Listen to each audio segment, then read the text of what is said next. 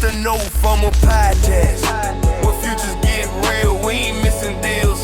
Real traders, no frills. It's the NOFOMO podcast. Get your money right, investing overnight, working markets for a price. The NOFOMO podcast.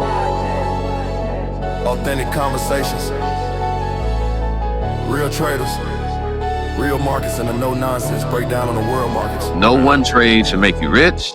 No one trade should make you broke. Markets.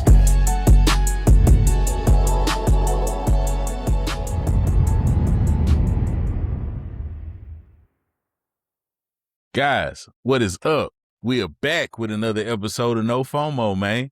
And we got my boy Clay in the building, CBB Trades. What's happening, man? Nothing much, man. Glad to be here. Hey, man, I'm excited to have you on, big dog. I seen what you was doing, man, and checked out your page, and I like the fact that you're not flashy. You're just giving some pure advice. You know what I'm saying? You're real keen on mindset, and something that you really talked on and stressed on a lot that I seen is patience, man. You know, I felt that you've pretty much built your page and reputation around patience. Was there a specific moment in trading where you realized patience wasn't optional and it was more of a survival tactic? Man, it was really just like, so, and I mentioned this on my page, but it's taken me 5 years to be profitable, right? And, Yeah. that's longer than a college degree, Right. 4 years of a college degree, and it's taken me longer than that. And you Mm-hmm. just kind of look up and realize that I was the cause for all of that. Like I could have shortened that period by 4 years maybe, right? But Yeah. if you don't have patience, you won't survive. Because and I think the other thing that helps me though is that I'm looking for something specific. Mm-hmm. I'm looking for something specific every day, and that helps me have patience, Mm. right? Like if you're just out trading, if you're just taking random trades and not really looking for anything specific, then you can Mm-hmm. find yourself in a multitude of trades. I Right. have very Right. specific criteria of what I'm looking for, and that helps keep me patient. Yeah. And Clay, man, break down who you are outside of trading, man. Get a people idea of who you are. I'm just a regular dude, man. Like Yeah. I'm a father. I was a husband. I was divorced. I'm about to get married again. My son plays baseball. I'm really just a regular guy, man. I like Yeah. plants. I like to grow plants. Like Nice. I'm really just a regular guy. And but I've taken the time to learn this skill, right? And then Mm-hmm. this skill just allows me time to really do what I want to do. Yeah. And I something I did really, run across on your page yeah. is the fact that when you were talking about that, it took you over 5 years to become profitable. What do you think finally clicked after all that time? Like I was just, I think the biggest thing in trading is really just self-reflection. Mm-hmm. When I took a step back, I saw that I was the cause, right? Because I wasn't following anything specific. Right. Because sometimes I'm supposed to trade 10 contracts and I trade 30, right? Mm-hmm. And I get Right. drawdown and, Right. we know what happens next. Yep. But just Yep. kind of taking a step back and really just maturing through the process, man. Like, I started this 5 years ago and I'm not the same person that I was before.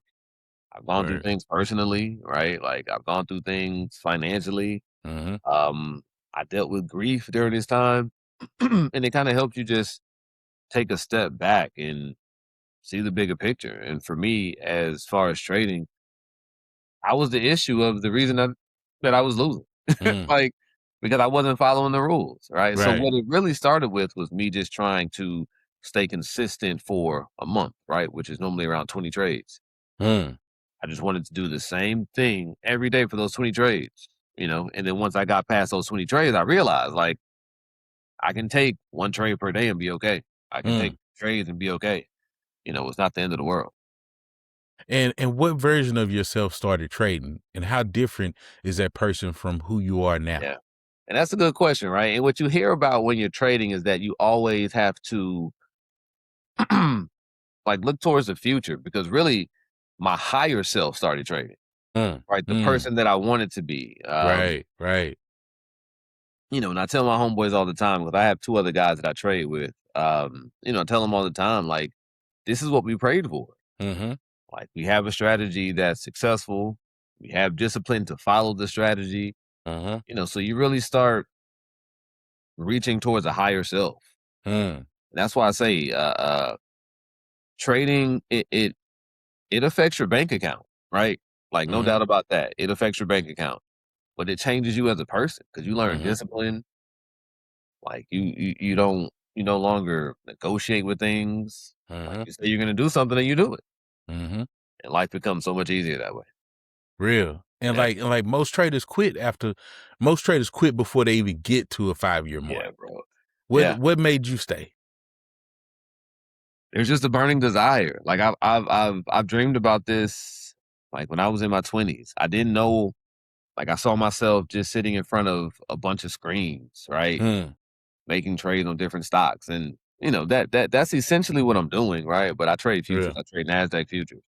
Um, but, like, this is what I wanted to do, and I was willing to go broke doing it, Real. like, to continue to do it. Yes, yeah. Right. I took some Right. chances, man. I ultimately I bet on myself, right? And I'll come out on top, but there were some dips that I had to endure. Yeah. Yeah. But, regardless, I didn't stop. And what's harder in trading if you what's harder in trading for you personally? Being patient enough to wait for the setup or patient enough to let the trade play out? Mm. That's another a great question, man.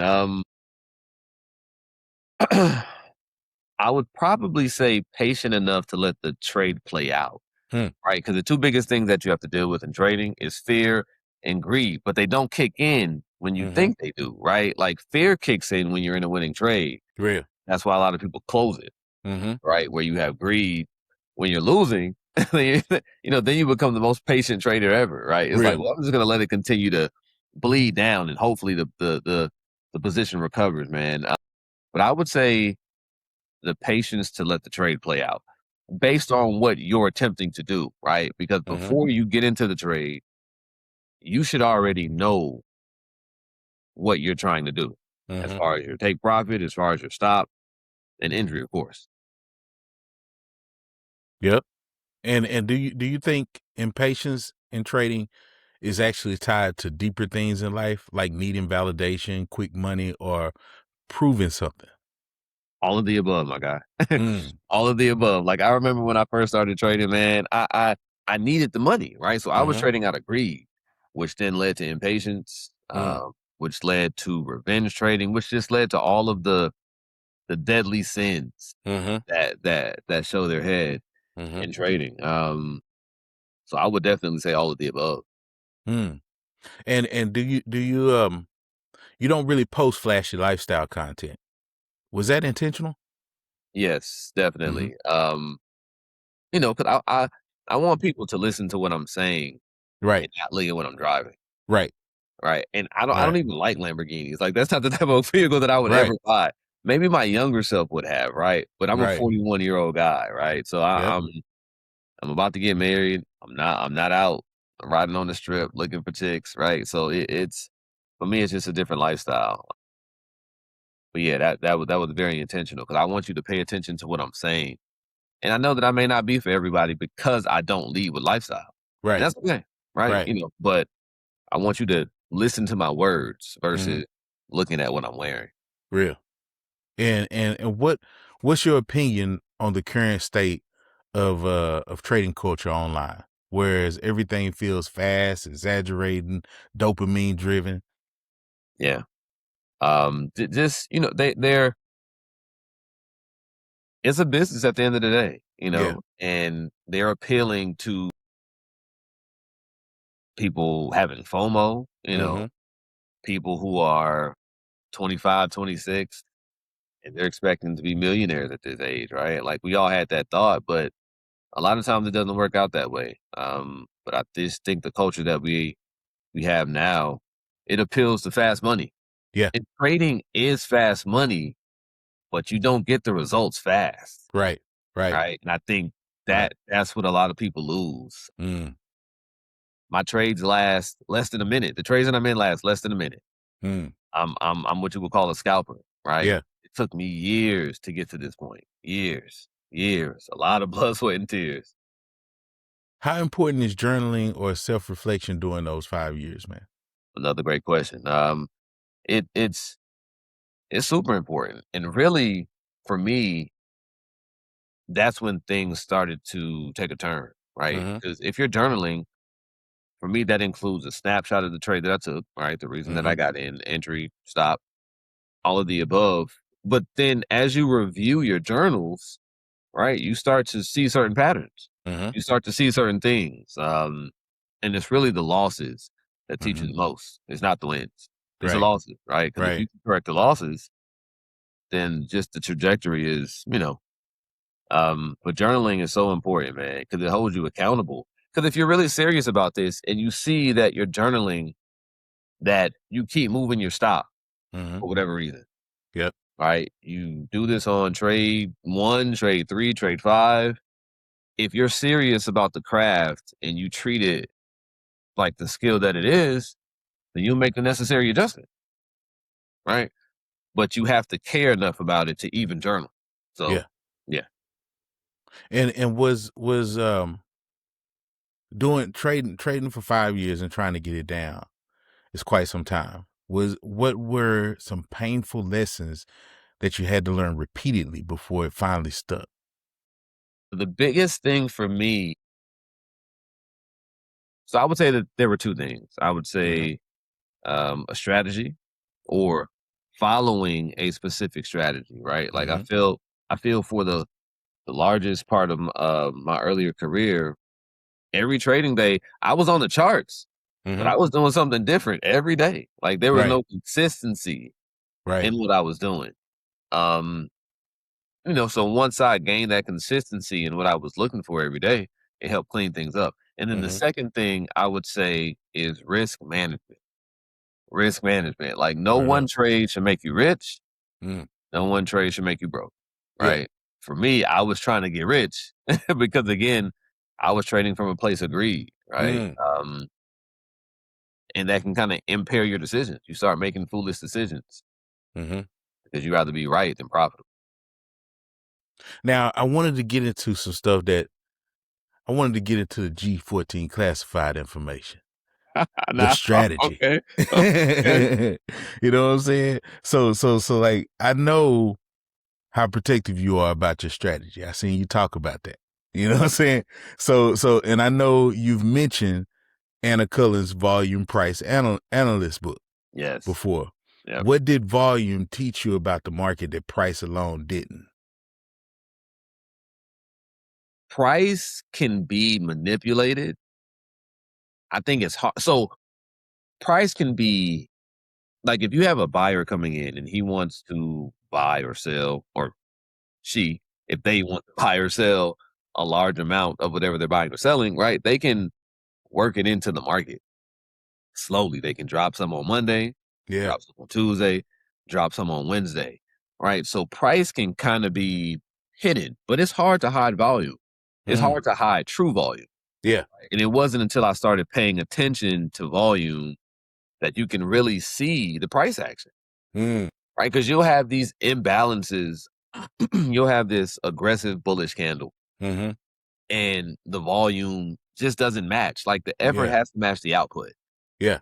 And once I started paying attention to that, like things just kind of opened up and Mm. it became a lot easier to read the charts. Interesting. Yeah. So that leads me to believe that you're a person that uses order flow. Um I I I don't use order flow. Really? On my chart, I only have volume. Uh-huh. And there are some personal indicators that me and a couple of my friends have developed and Right. refined. But I do not use order flow. Honestly, I don't even know what order flow is. Like I've heard it Wow. mentioned, but I don't know what order flow is. Wow. And That's see, very that's the interesting, beauty bro. of it though, right? Because Yeah. I'm doing something totally different from the person who's using order flow, but we're achieving the same results, right? Right. Right. And like that's why I always say there's no wrong way to trade. No, You know what I'm multiple saying? ways to attack the chart, Right. the market, man. Multiple Yeah. ways. Yeah. We could be seeing it two different ways, but still come Absolutely. to the same result, you know? Absolutely. And man, so you might want to check in the order flow, bro. No, It so might, I will. yeah, it might sharpen your edge I even will, more, yeah. man, because And you're that's the other already into thing. volume, Like and they you go know, hand in hand. as a trader, man, you always have to be open to learning new things, right? Yeah, Looking at things from a different lens, from a different perspective, and because like you said, it could sharpen my edge. yeah.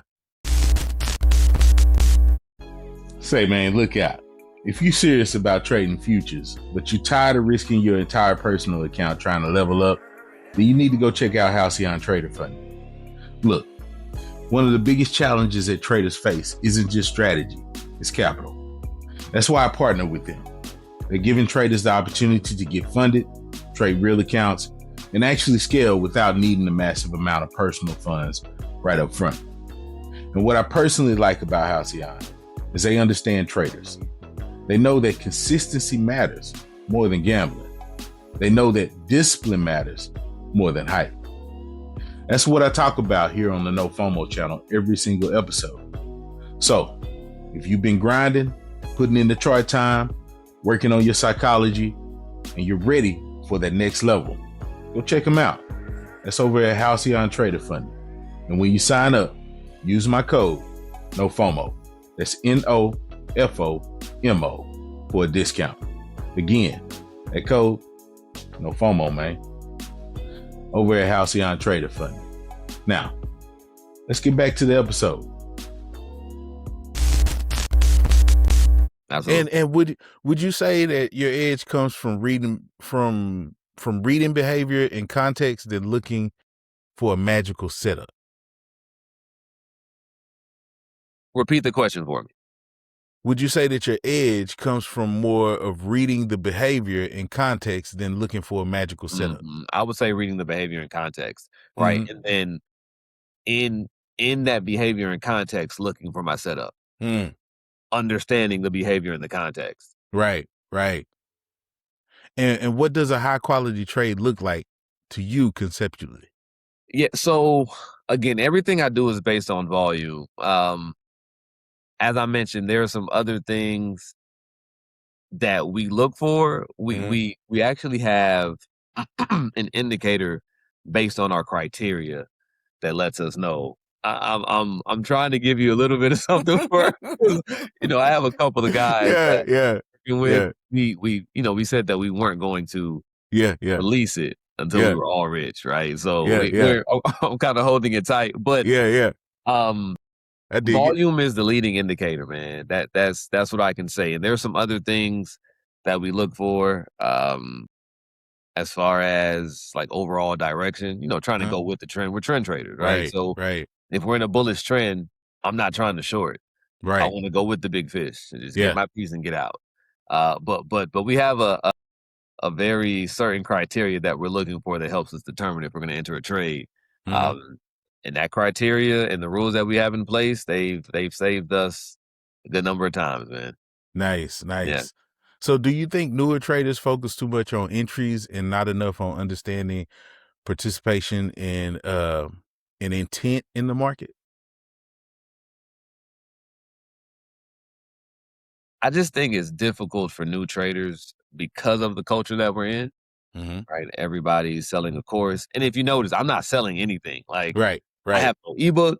I have no Discord. Like, I'm not selling you anything. So I hope that's even more reason for people to believe what I'm saying. 'Cause I'm not trying to get your money anyway. But I just think the culture that we're in, it's seen. To me, trading gets the same amount of respect as like FanDuel or Prize Picks or what's the new one, Kalshi. Right. It's more seen as to me, it's seen more as gambling, Right. opposed to a life-changing skill. Yeah. So I just think for traders, it's kind of hard coming into it with all of the noise about how much money you can make, but they don't really talk about the time that it takes, right? Like losses that you take, the times that you want to give up, just all of the things that you have to fight through to really make it. If you don't, And I seen you talking about on one of your posts about how you had ran into a guy at your son's game, and he asked you what you do, and you didn't want to tell him that you were a day trader, so you just came up with another title. Yeah. That's something I can respect, man, because it's such a stigma on the day trader title, you know. Yep. Yeah. You know, yeah, and I'm normally cool to talk about it, you know, but that day I just wasn't in the mood, right? So right. I told him I was the data analyst. Yeah. You know, and you know, when I told him, he was like, "Oh, okay, that's cool, right?" You know, but had I told him I was a day trader, probably be looking at me like, "Do you have a job?" Like, yeah. like, you know, but that's just the stigma that it has. But I promise you, I'm not gambling, man. I'm not. Yep. And without giving away your strategy, what's one thing that you think traders completely misunderstand about volume? That it's hard to hide. It's hard to disguise volume because you can't. You can't. If there's selling pressure, you're going to see it in the overall volume. And it's so important to price action. And I think once you start to look at volume, you can kind of better understand the price action and where price. What I'll say is volume has helped us avoid a lot of the fake outs. Right? You'll see it pushing down, and you'll get this sharp candle going up, but the volume doesn't match. Yeah. You know, and then shortly it rolls over and then eventually dumps below that low, right? So it's kept us out a lot of a bunch of nonsense trades. And I wanted to touch on something that I feel like has a bit of a sentimental value to you. I saw you post about your 2004 Lexus GS with 150K miles.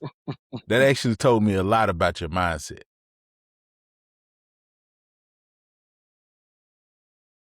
Yeah, man. I love Lexus. I've had the opportunity to own a bunch of them. They're just reliable cars. Like at the end of the day, it's a Toyota, right? Yeah. It's a Toyota with leather seats. Right. So Right. I know the reliability that I'm getting, and then you know Lexus just takes it up a different level. Yeah. They're just very reliable cars. That's the car I drive like every day. Every day. If you see me out in the streets, that's the vehicle that I'm in. Grab business. And in a world where people rush to look successful, what made you appreciate keeping something reliable and meaningful instead?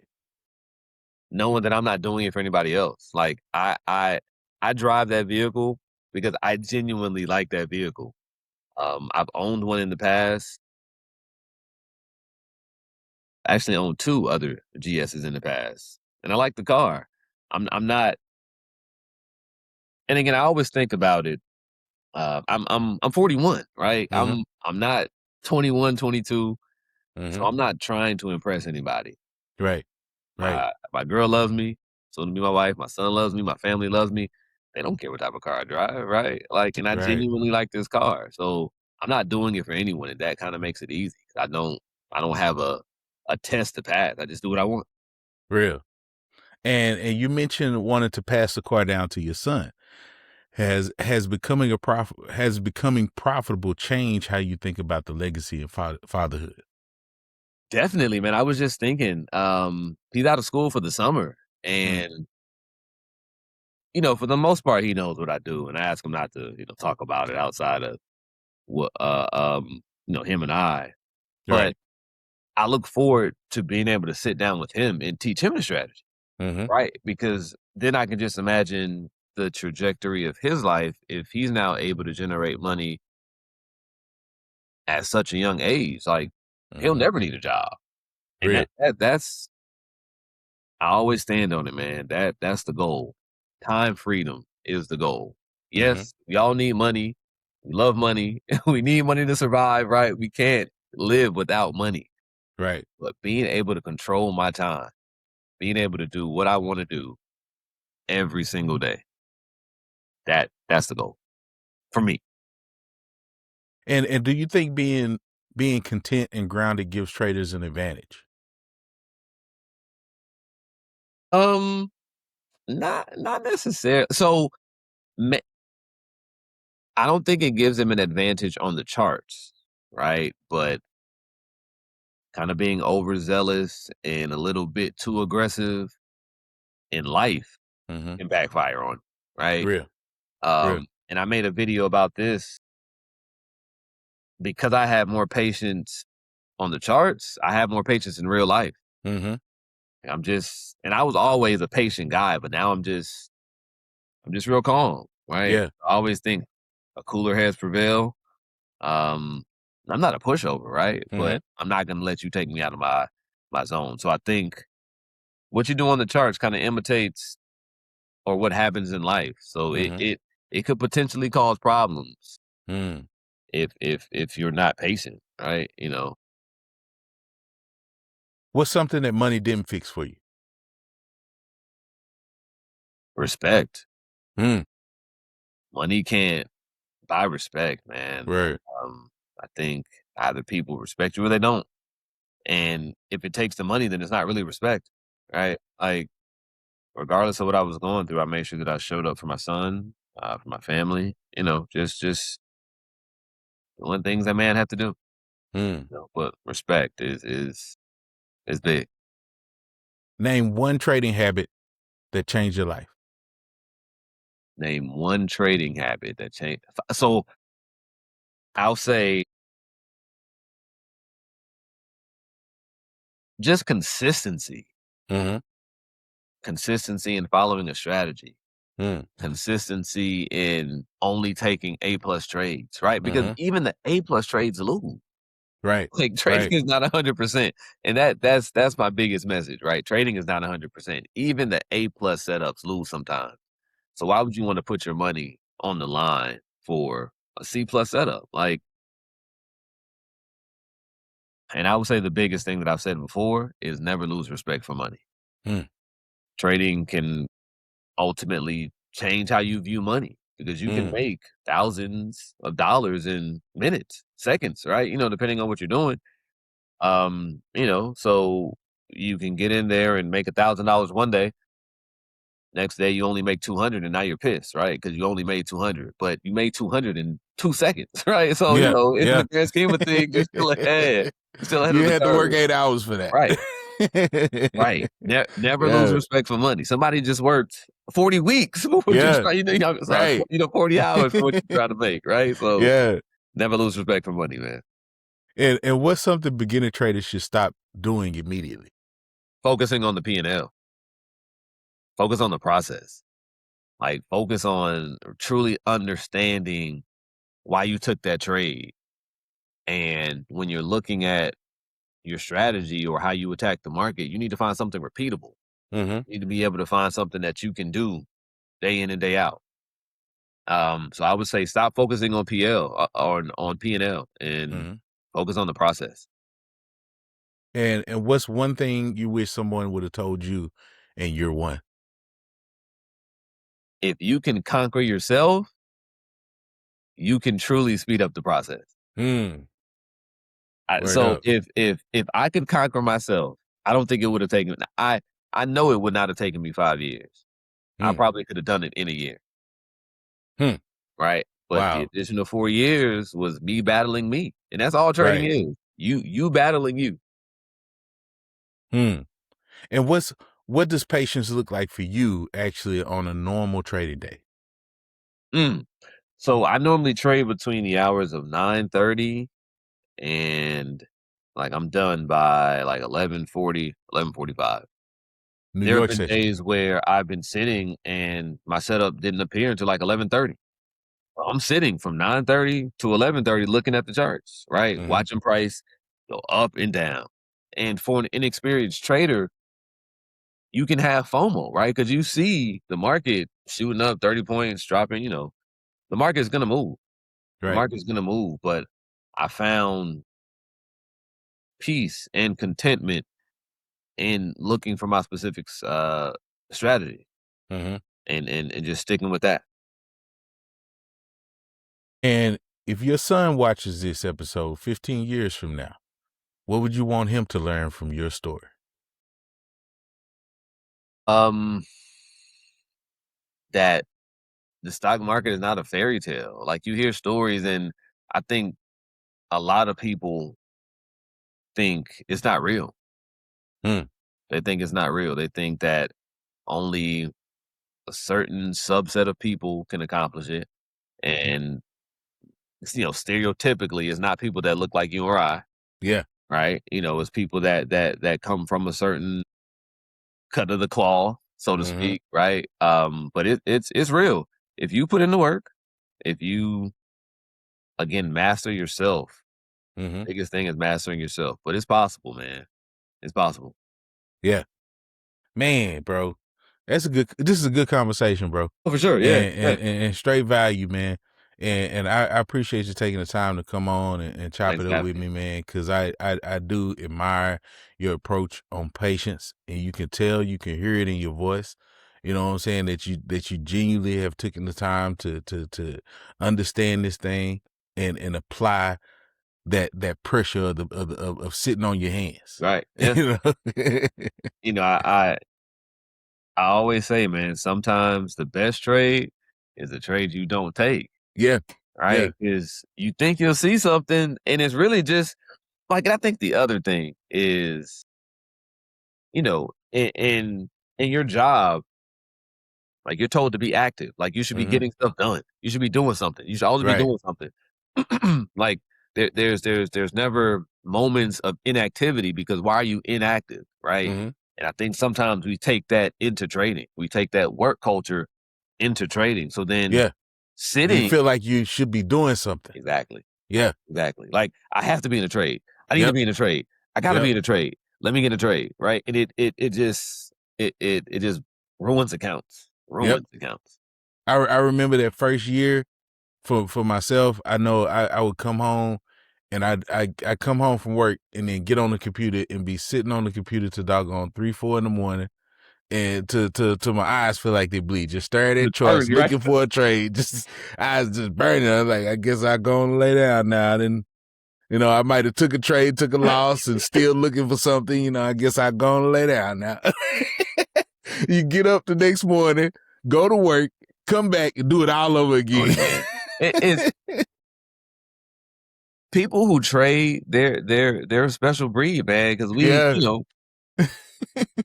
it doesn't start off good. Yeah. It doesn't start off good, and it can break you. Yeah, it can break you if you don't have a lot of resilience, a lot of fortitude, and a little bit of delusion. Yeah, a little bit of delusion. real. I used to dream of 20,000 months. $20,000 months, $30,000, $50K months. But in my gut, I didn't really think it was possible. Right. Like, I'm not an athlete. Right. I'm not a doctor. I don't own some multi-million-dollar business. So me making that amount of money really isn't possible. But now I truly believe it's possible. It's possible. Yeah. You can see that light at the end of the tunnel. Yes.